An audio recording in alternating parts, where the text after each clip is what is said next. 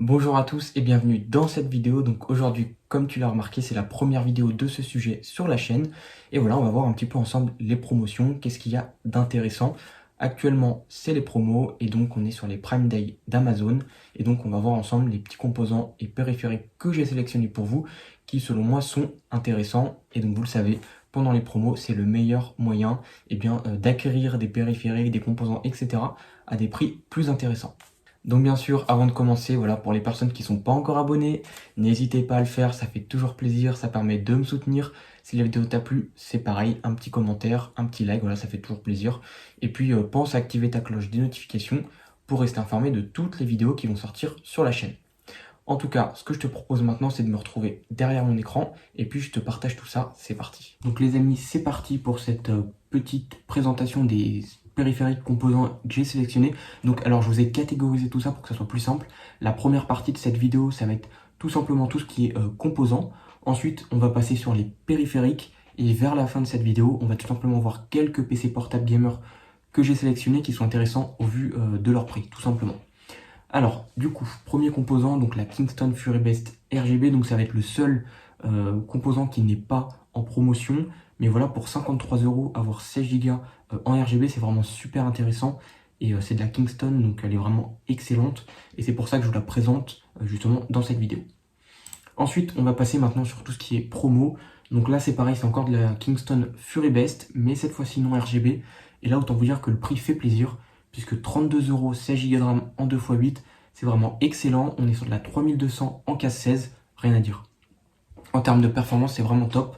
Et c'est pour ça que je vous la partage dans cette vidéo. Ensuite, on va parler un petit peu stockage. Donc, un petit P3, voilà, un petit Crucial P3, 1 Tera, 40 €. Donc, le prix normal, il me semble que c'est dans les 43 €. Donc, c'est pas une énorme promotion, mais ça fait toujours plaisir. Ça fait de l'argent qu'on peut mettre dans un autre composant. Donc, voilà, pourquoi pas le prendre 3 € moins cher, c'est toujours ça de prix. Et donc, on est sur du 1 Tera en Gen 3. C'est pas de la Gen 4, mais par contre, il est quand même à 3500 MO en écriture, donc c'est plutôt pas mal. Ensuite, on passe à des choses un petit peu plus intéressantes. Je sais que voilà, la carte graphique, tout le monde recherche une carte graphique à un prix intéressant. Et donc là, je vous ai sélectionné quelques cartes graphiques qui vont être plus ou moins intéressantes par rapport au prix et je vais vous expliquer. Donc, alors déjà, on va commencer par une 3060 à 300 €, donc 305 € pour être précis. Donc c'est une carte en temps normal qu'on retrouve entre 330 et 340 €. Donc ça fait une petite économie plutôt intéressante. Et donc ça fait toujours plaisir d'avoir une 3060 à ce prix-là. 300 €, c'est pas mal, ça permet de se faire une petite config aux alentours des 600 € avec une 3060. C'est plutôt intéressant. On est sur la version 8 Go, mais pour une 3060, c'est pas si grave que ça. Ensuite, un peu plus performante, là on est sur une 3060 Ti, donc de chez Asus. Voilà, c'est une très bonne carte aussi, avec 3 ventilateurs, donc elle est plutôt sympa. Et toujours sur du 8 Go aussi par contre. Mais la différence, c'est que c'est la 3060 Ti qui est beaucoup plus performante que la 3060. Et si vous débutez, par exemple, dans le ray tracing, que vous voulez une carte pas trop chère pour faire du ray tracing, la 3060 Ti, c'est le minimum à choisir pour pouvoir profiter des performances du ray tracing dans de bonnes conditions. La 3060, elle va être vraiment limite. Si vous voulez faire du ray tracing, partez au moins sur une 3060 Ti, c'est vraiment le minimum. Ensuite, une petite carte de chez Gigabyte. Alors, l'excellente 6650 XT, 250 €, c'est excellent. Autant vous dire que c'est plus performant que les 3060. Et voilà, c'est 100 € moins cher quasiment. Donc, sauf pour la 3060, il y a 50 € de différence. Mais voilà, c'est quand même super intéressant. En plus, on est sur un modèle 3 ventilos. Donc, vraiment pas mal. Après, il faut le boîtier qui puisse l'accepter. Mais voilà, 250 €, c'est intéressant. On est sur du 8 Go aussi. Par contre, la seule différence avec les cartes Nvidia, et ça c'est important de bien comprendre, c'est que vous n'allez pas avoir d'excellentes performances en ray tracing. Les cartes Nvidia sont beaucoup plus performantes à ce niveau-là. C'est pour ça que je vous ai présenté des cartes Nvidia.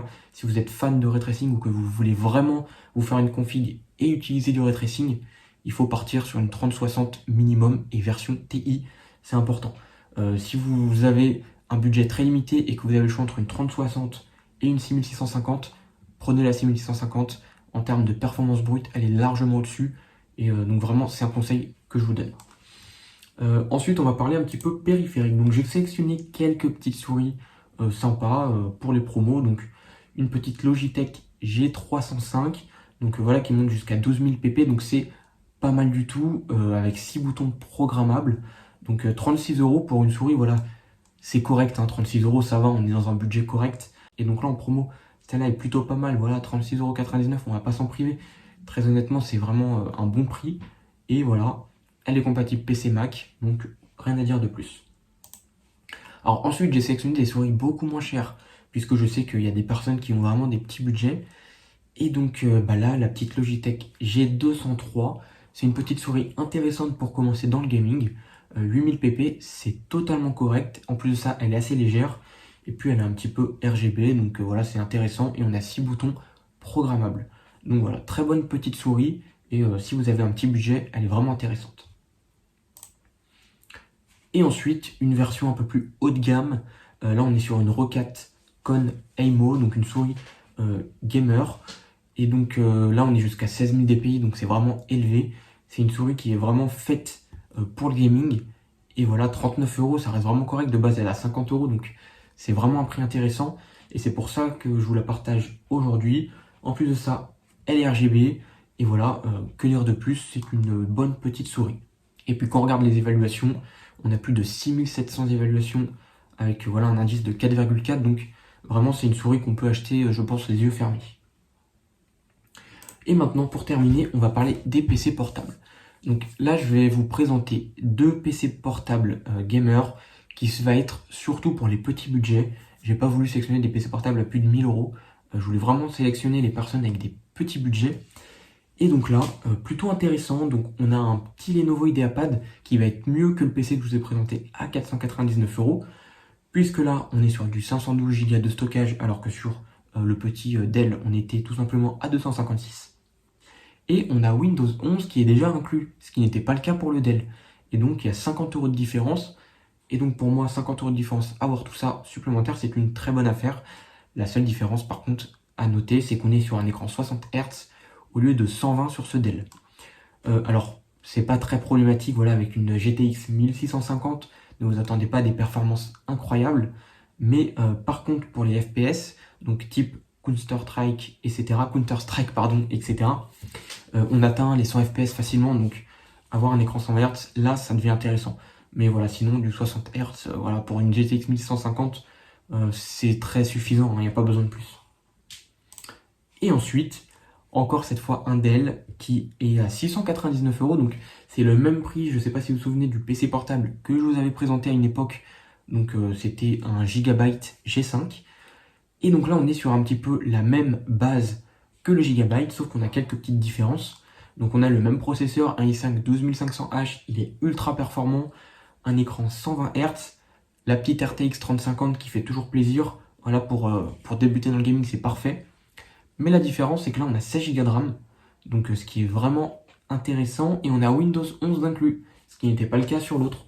Ce qui fait que pour 699 €, eh bien écoutez, ça reste une affaire intéressante, puisque là, on n'aura pas besoin de racheter de RAM, et ni même d'acheter une petite licence Windows, même si ça coûte pas très cher.